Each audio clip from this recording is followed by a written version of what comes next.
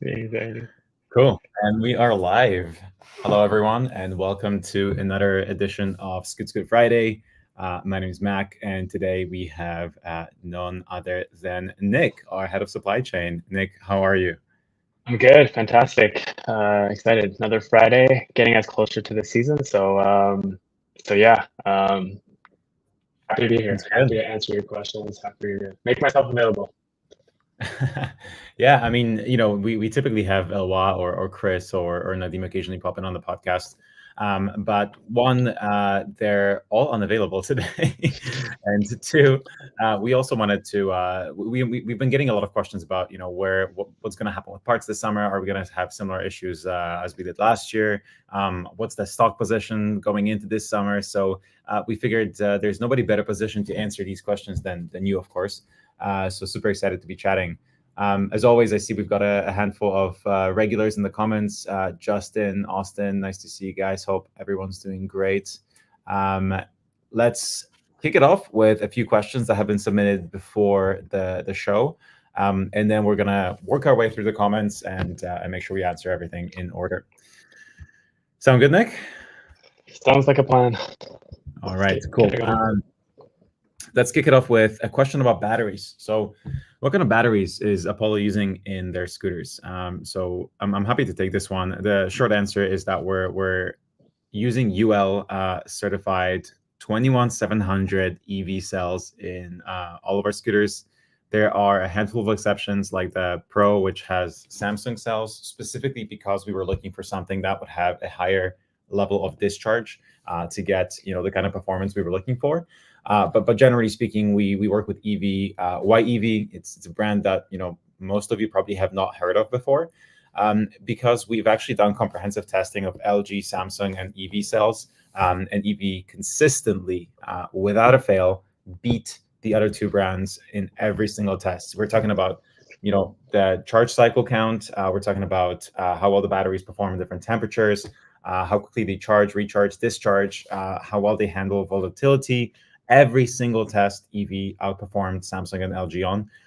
And of course, we recognize the importance of using high quality components, in particular in an environment that's increasingly scrutinizing battery cells and forcing certifications like UL to become the norm. So we wanted to make sure that we definitely stay on the right side of things here. So short answer is EV cells. If you ever want to look them up, it's EVE. Highly recommend you take a look. All right. Nick, anything to add on the battery cells? No, nothing to add. But I think you made a good point about regulations and having quality components that go into our scooters. There's a lot more scrutiny, so we strive to always provide the best materials for scooters. So super important. Yeah, the guys in the comments probably don't know, but Nick is usually bearing the brunt of all of these sourcing challenges that we throw on him.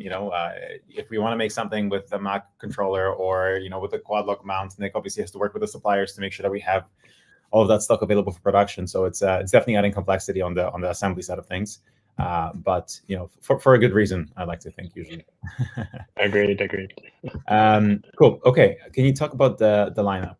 New Phantom, no Explorer, no Go Mini. Will there be and one more thing later this year? Okay. Well, first of all, if you haven't seen it already, there's a video we just dropped on our YouTube literally this week where we walk you through our portfolio. So if you want to learn about our current lineup, I will save everyone some time here and just encourage you to go to our YouTube channel and check that video out. It's it's a pretty, I think, comprehensive breakdown of who each model is for and why you should be interested in a specific model, based on your needs. I think this question is really trying to understand: is there going to be any new scooters this year? And the answer is no. We're not launching anything this year. We've kind of answered that question before. Phantom is definitely a scooter that we've been working on for the last how many years now? 3, 4. Easy. And Yeah. it only really reached a point of stability kind of towards the middle or end of last year. So we're really moving in a direction of just reducing the amount of changes we introduce to our portfolio. We're trying to stabilize a lot of the productions that we're running. Again, if you're using the same components, if you're training people on how to assemble the same components over and over, it inadvertently leads to higher quality outcomes. and introducing changes last minute, of course, derails all of that. So the Phantom is not going to be upgraded. Definitely not this year. The Explorer has been cut, as we've already communicated. Why? Well, it was a question of priorities. We had to decide, do we want to continue developing the Go and launching the Go, or do we pursue the path of the Explorer? We've opened this up to the community as well as to our team internally.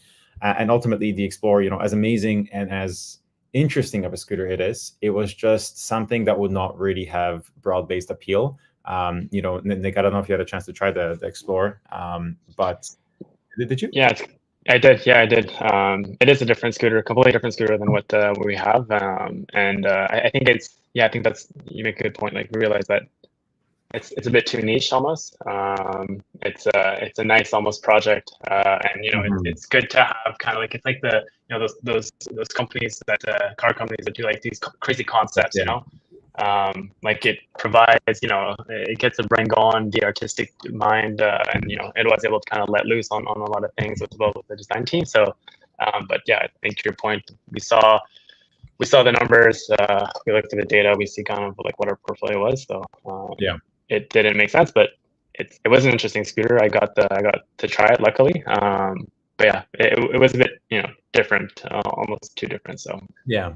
And that I think sort of combined with where we see the market growing, where we want to play. We as a company, we're making a big push towards big box distribution because we believe that's where we can make our scooters the most readily available to most customers.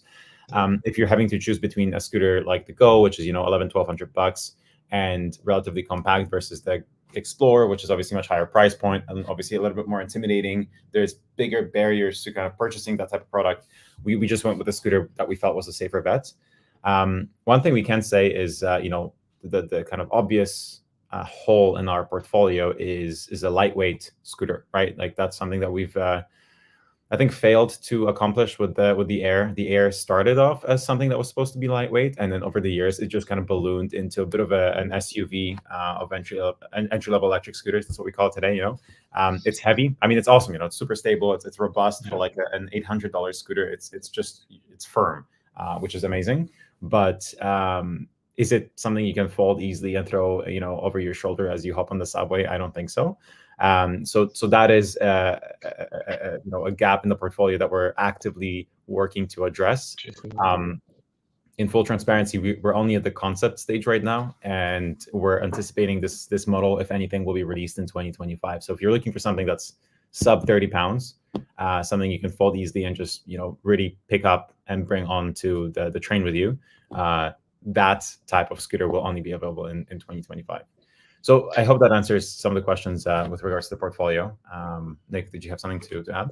Yeah, I guess I'm pretty excited about this year. Like, I know we don't necessarily play in that super lightweight game yet, but we're working really hard on getting that going. But I mean, I look at the portfolio this year, and it's exciting. I think if you go see the video, you'll see that there really is something for everyone. So it's and there's this kind of like this brand identity that flows through all our models as well, which is interesting. So which is very specific to Apollo. So yeah, it's the season is about to start and really get going, more so in Canada than the US. But yeah, it's exciting. We've got like really distinct models for each consumer, and I think you'll really find your happiness in the model that fits your needs. So yeah, it's a big year for. And that was obviously something that we've been working on for the last 12 months, maybe 18 months, right? Like, what was the difference between the Ghost and the Phantom, right? Like, we got that question all the time. Which one should I go for, right? What about the City Dual versus the Ghost, right? Like, there was just a little too much overlap in between kind of what each customer wanted. And so we decided to go make it like plain and simple and straightforward. Basically, if you want something that is an entry-level scooter within the Apollo lineup, you buy the Air. If you want something that you can do short distance commuting on, you buy the Go. If you want something that you can do long distance commuting on, you buy the City. If you want something rugged, kind of proven, tested adventure vehicle, you go for the Phantom. And if you want the pinnacle of scooter technology, the luxurious experience, you go for the Pro. That's how we're segmenting the portfolio. And I think the ultimate question that I'm trying to answer here is there will be no further scooter releases this year. If you want to buy the City, Do not wait. There will not be a City 2024 in 2024, basically. We're upgrading every single model as of every single production.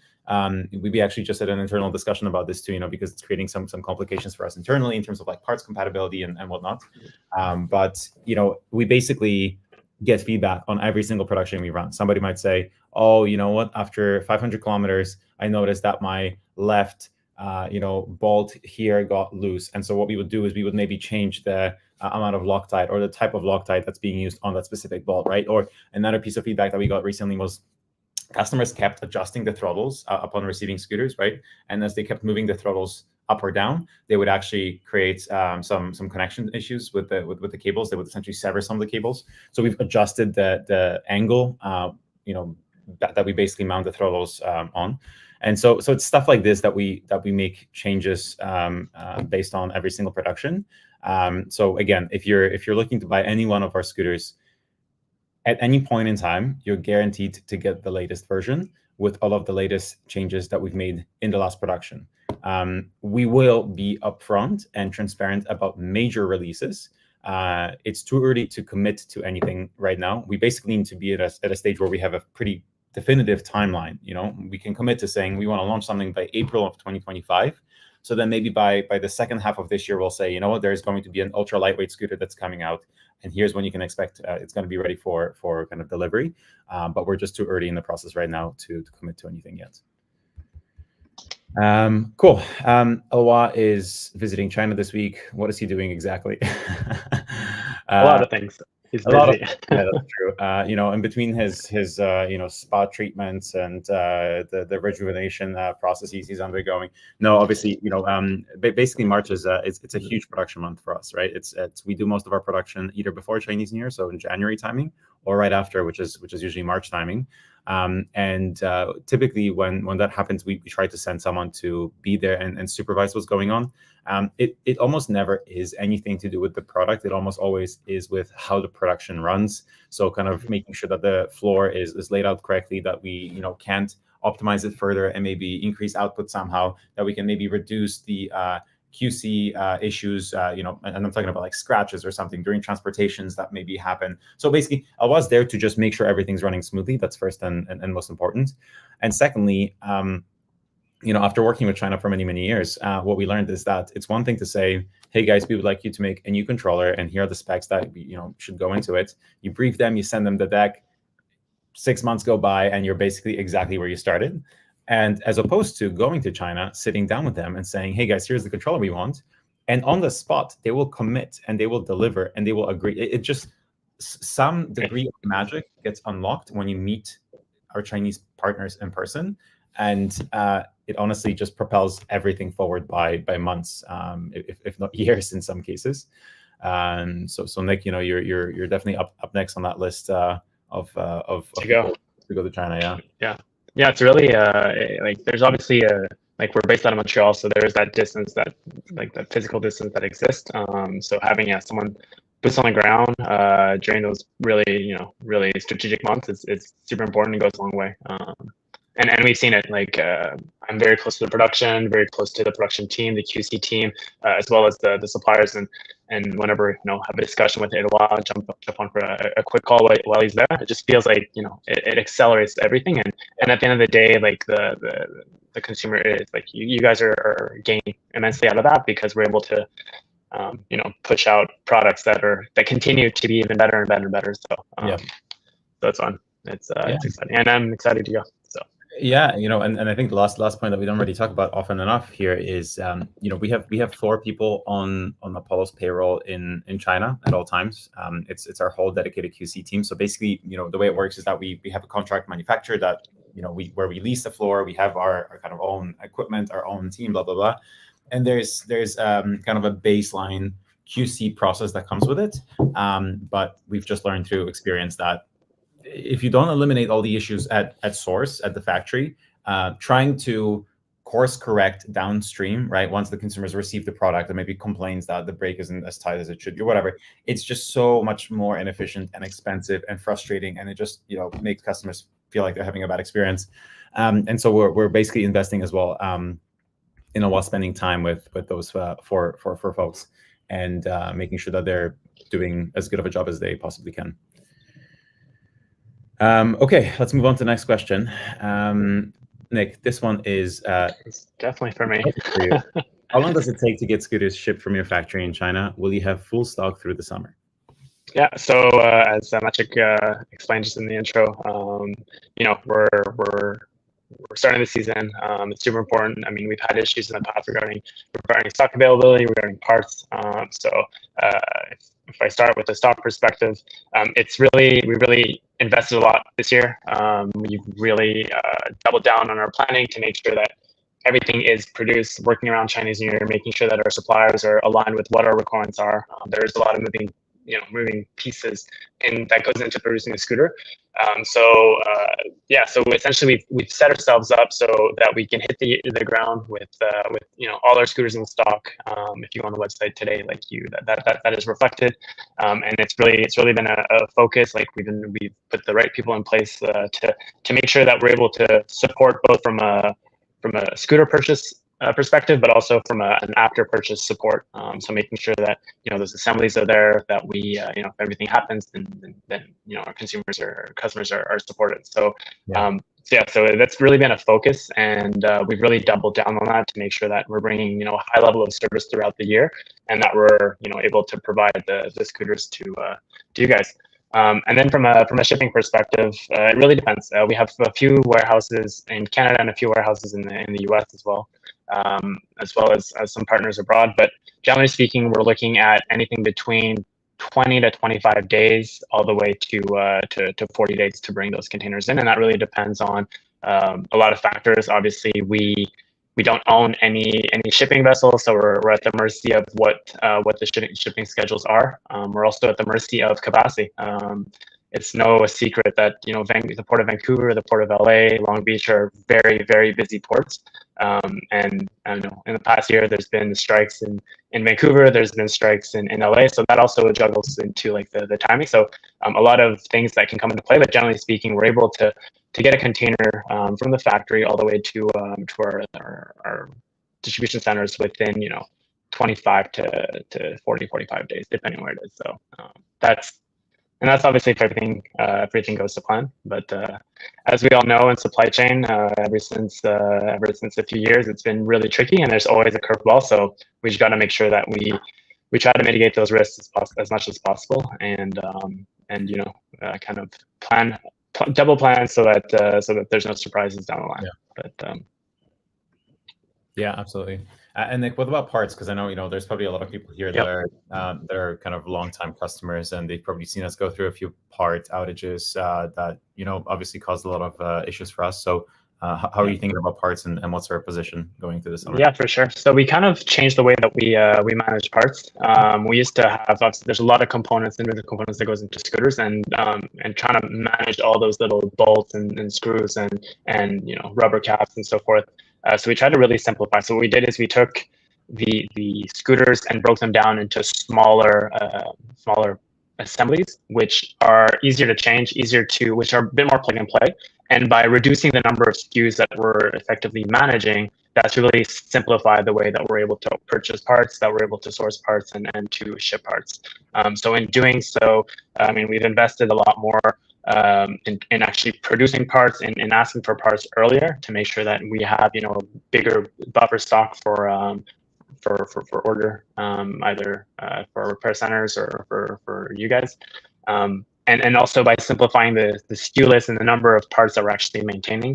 It's really simplified how the purchasing process and the in-stock process. So we've done a lot of things in the past year. It has been, like, we're fully aware, it has been a kind of a sore point for us in being able to support you guys. But I think we have a new strategy that we've actually started rolling out just before the end of 2023. So depending on the models, we've kind of gone through that phase in, phase out, and as of March, April, all our new scooters will be under this new parts structure, and it will make it a lot more easier to order parts, to know where the parts on the website. For some of you that have been there, there's the part selector that's live, that helps customers know what parts to order, which parts included in which assemblies. And for us, it just makes it easier to get the parts to be in stock and to be able to support in the case that you get a flat tire or a broken motor or anything that could happen. That does happen with these scooters that have a lot of moving parts and that go through a bit of abuse when they get ridden. So it's going to be a change for 2024, and the focus has really been on what can we put in place to support the community and support in the post-purchase parts. Like not having a new model every 8 months goes a long way, right?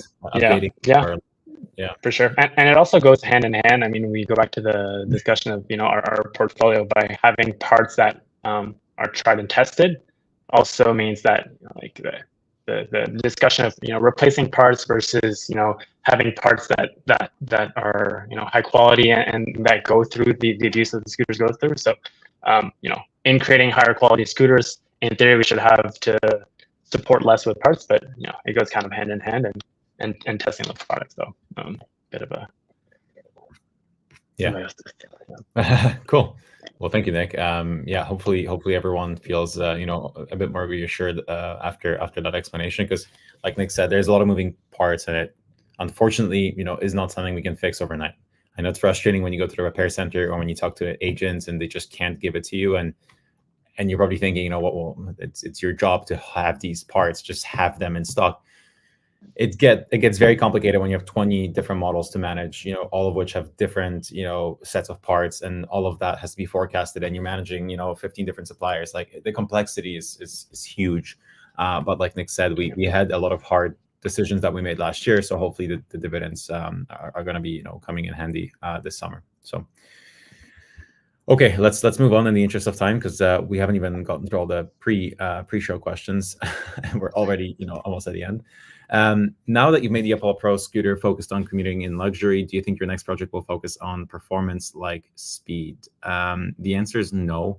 We're pretty actively moving away from 72 volt scooters. The OA is tinkering with a 60 volt version of the Pro, but it's tricky. It's hard for the same reason that we didn't release a 60 volt Phantom V3. It's just at that level of performance, the regen braking is very, very difficult to achieve sustainably. So all to say, as we said with the Go, we're really seeing a lot of strong response from customers who are looking for a bit more affordable Apollo scooters. We will never compete at like the $300, $400, $500 price point. We're always trying to do something that's a little bit better, a little bit more unique, uses a little bit more higher quality components. But our main focus right now is on figuring out how do we make the best possible scooter under 30 pounds that you can just make a part of your everyday routine. Thoughts on the wannabe Apollo Pro Punk Rider?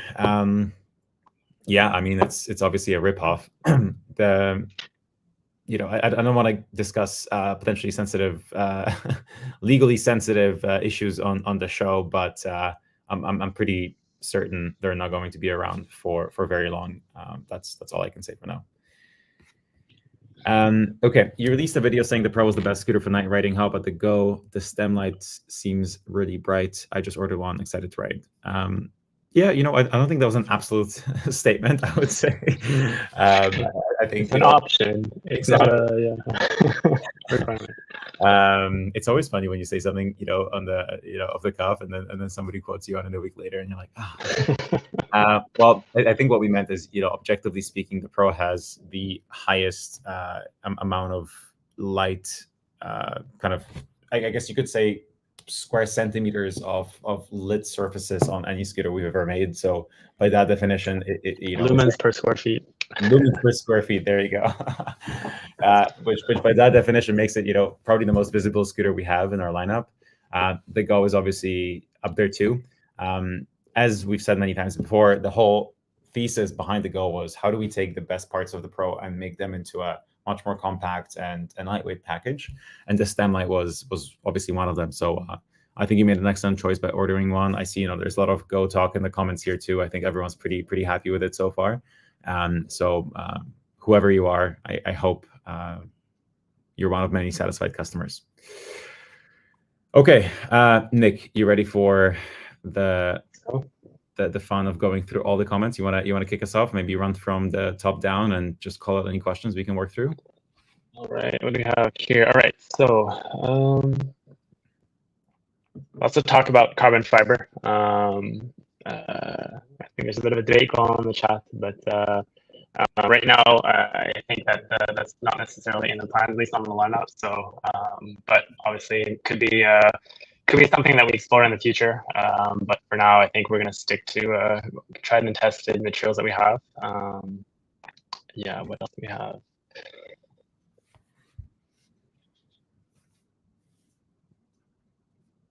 There's a big debate going on.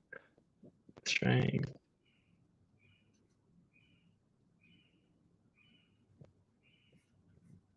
Yeah, so here's a question by Yez.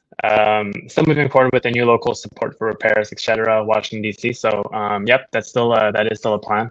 We've essentially signed some partners, and our strategy is really to offer a bigger network of repairs. Right now, or historically, we only had our NYC, LA, and Montreal location that would actively doing repairs for Polo. But we're really working hard to bring, to really explode that, to make sure that we're hitting all the major markets that we have, both in the US and Canada. So it's going to be very exciting. It's going to be fully new. It should be live in the very near future. And as we kind of go through like the first steps of the program, we'll see how well we're able to really support the public community. We'll obviously bring on more partners and get a really good network of repair shops and partners. So so it is an exciting time. I think it's go. I was just I have the list of shops that we signed on here, so I can just quickly run through the cities. Unfortunately, DC is not one of them yet, but I'll explain in a second maybe why I think it will be soon. So we signed on Denver, Atlanta, Orlando, Fort Lauderdale, Philadelphia, San Jose, San Diego, San Francisco, NYC, LA, Miami, Boston, and another place in Toronto. So that's just the first wave of partners we've signed on.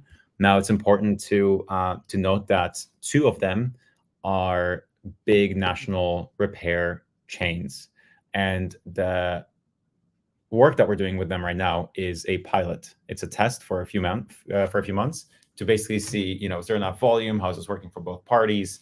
And if all goes well, the ambition is to scale to a few hundred locations by the end of the summer. So at that point, that would firmly put us in the territory of having a presence in DC as well. So Ayaz, I'm not sure how to pronounce your name. I'm sorry if I mispronounced it. We're working on it. We know DC is a big market for us, and it's definitely up there in terms of priorities. So hang on. Okay. Scooter horn accessory on the website compatible with the Go? Yes, I believe so. The only question I think is where you're going to put it, right? If I remember correctly, Nick, do you know off the top of your head? Not off the top of my head. I think we'd have to double check that information. Yeah. So Xologist, I guess. Yeah, the horn basically goes, it's like a rubber band that attaches around any part of the stem or frankly, any part of the scooter. And it has a mounted speaker next to it. And then you need the second component that you can put on the handlebar somewhere with a button that lets you essentially ring that horn. That said, the Go already has a built-in bell in the handlebar. I don't necessarily think you need a horn. The bell is there for a reason. So I would suggest probably skipping that accessory if unless you're pretty married to the idea. Yeah, there's we're doing a full revamp as well as of our accessories moving forward. So I think the horn is going to be discontinued. So because we have it already with the horn already included in the new model. So this was kind of like if you want a legacy accessory that we don't have. So yeah, I think I would revamp what Matt said and just forgo it unless you really want it. Cool. Okay, from Philip, is it okay to leave the Pro on and in park/lock mode all day? I store my scooter in the office garage and want the alarm feature enabled, but I don't want to damage my battery life. That's a question that ideally would be answered by Eloi, but I don't see why the park mode would have any long-term negative consequences. Let me note it down, Philip. And what I'm going to do is I'm going to confirm with Ola, and then what we can do is we can basically post a series of answers to some of these questions on our Facebook group. So if you're not on the Facebook group, please join. Give us a couple of days, and we'll get back to you on this one because I don't want to give you the wrong answer here. I have a question regarding parts from Cody. So you ordered a Apollo Pro part. When can I expect to get it? So right now, the Apollo Pro is kind of a mix. We were able to secure some stock before Chinese New Year. So if it is in stock, the turnaround is pretty quick. We have 48 days. We're able to ship it out, and then whatever is the lead time, I guess it's a bit out of our control, but the lead time to you, so whether we're shipping UPS or FedEx. But we are currently air shipping the balance of those components. So if it is not in stock, and you can reach out, through the through our customer service channels to double check. But essentially, those parts should be, by the end of this month in stock, airship to our repair centers and to our warehouse, and then be able to ship to you. So I think the best way to answer your question, just to know which part we're talking about, is really to reach out to our team and our support team, and they can get back to you with that. Cool. Okay, I'm gonna power through a few more questions because I know we're over time. Funny enough, this is actually eating into my and Nick's meeting, so I think we can take an extra few minutes. And make sure we answer all the questions. Okay, will you guys make a hook accessory for groceries that can fit with the screws of the Ghost cockpit to stem? Interesting suggestion. No plans currently to make that, but yeah, you never know. But right now, no plans. So I'm afraid we're gonna have to disappoint there. I just saw the new video about the 2024 lineup. I'm interested in the city model, but I can see it's the same spec as 2023. Are we expecting new city? Yeah, so once again, no. Basically, all of the scooters are being upgraded every single production with minor improvements. The scooter you're buying at any point in time is the latest model. There will not be a City 2024. If there is, basically what we might do is we might just say like, hey, here are the changes that we've made over the last 6 months. So anybody who's bought in the last 6 months, here are the changes you might notice versus the scooter before, So like the kickstand, the kickstand is for example, a problem area. But what we've learned the hard way is not to say, here is this all new City 2024 and check out the kickstand on it, because obviously we're going to upset everybody who's bought in the last couple of months. So what we're going to do is we're essentially going to start selling the City 2024 for a few months, make sure that everyone's had a chance to get the latest version, and then say like, here are the upgrades that we've essentially made over the last few months. That said, those changes are happening every single month, like I mentioned before. So at any point in time, you're buying the latest version available. My Go came in.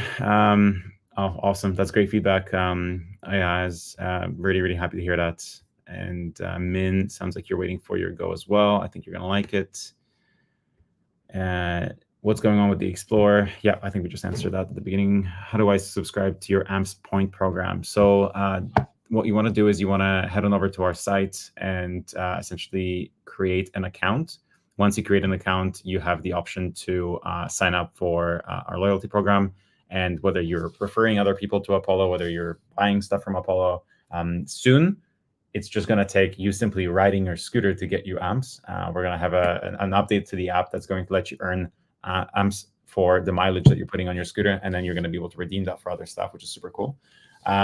So yeah, a lot of benefits, but simply said, head on over to the site, click on the little account icon on top right, create an account. And then once you're logged in, you'll be able to sign up for the AMPS program as well. Okay, Nick, there's a question about part shipping. Look at that. We got a bunch of extra parts on them. It was only $40. And okay, so yeah, I think maybe we can just explain kind of what's going on with shipping costs. Yeah, so essentially we've, from a shipping, so here,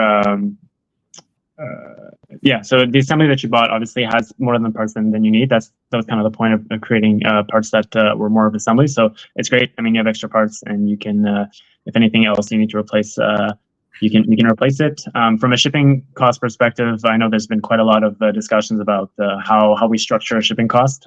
We're going to, so essentially we're going to restructure how we do that to make sure that we're not charging $20 shipping on a part that costs $5. So we're really looking at that to make sure that we are segmenting the parts and it's closer to what they should be based on the weight and the size of the packages, because that's what dictates how much a part cost in terms of shipping.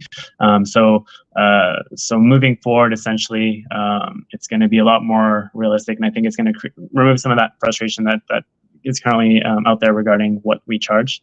So that should be a welcoming change, and is in effect as of now. So obviously, we want to continue to offer the best shipping rates possible. So that's obviously going to be an ongoing effort, and yeah, we should see some improvement as well in the next coming months regarding to the shipping rates that we have, especially for these parts and assemblies.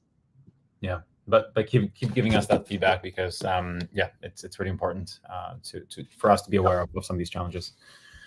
Okay, there's a question about support availability. So is it harder to chat with an agent now? I went through a new support site a couple of days ago, and it seemed like that it didn't give me an option to chat with an agent. Some comments didn't that. I'm not aware of us making any availability changes recently. What I can say is that we are in the midst of a hiring spree, essentially, for the summer. And what may be happening is there may be an uptick in ticket volumes, but we have not added supply quite yet in terms of agent availability. So there's always that awkward 2-3 week period when we're still training some of the new agents, and you know, they aren't quite ready to start handling tickets and make it easier to get a hold of somebody. But the volumes have started ticking up, and honestly, every year it's a little bit different, right? Sometimes the season starts in mid-March, sometimes it starts in April, sometimes it starts in late Feb. You just never know. So Justin and Yaz, for you guys, you know, please always make sure you're leveraging the other channels you have to access us and anyone at Apollo, like the Insiders channel. And for everybody else, you know, who's basically trying to get a hold of our agents, give us a couple more weeks. We're really close to finalizing some of these changes. And then the big update is that we're working on rolling out full phone support this summer. So it's not just sales inquiries that can come in through the phone. You're going to be able to get a hold of an agent and talk about anything from what scooter you might want to buy all the way to, you know, what you should do about the flat tire. So I think that's going to go a long way.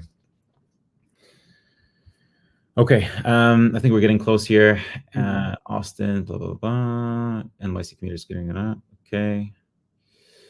From Brian, will the Mach 2 controller work on the Phantom V4? It will not, no. So the Mach 2 is specifically made for the Pro. There are certain features that are unique to that scooter. So the only controller you can operate the Phantom with is the Mach 1. That said, functionally, it's very similar. You know, it's effectively the same controller minus a couple of the added features that the Pro has, like the IoT, for example. But yeah, you know, in terms of the riding experience, the performance, you're not going to notice any difference. It's the same benefits you're getting with the Mach 1 as you would with the Mach 2. You get the regen, you get the app connectivity, you get the super smooth control.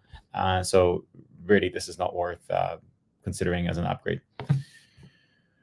All right, Nick, I think we've powered through all the questions. As always, thank you everyone for turning up. It's awesome to see these discussions start 45 minutes before we start the show. Austin, I'm looking at you. It's incredible, and great to see you come out and kind of support everyone as always.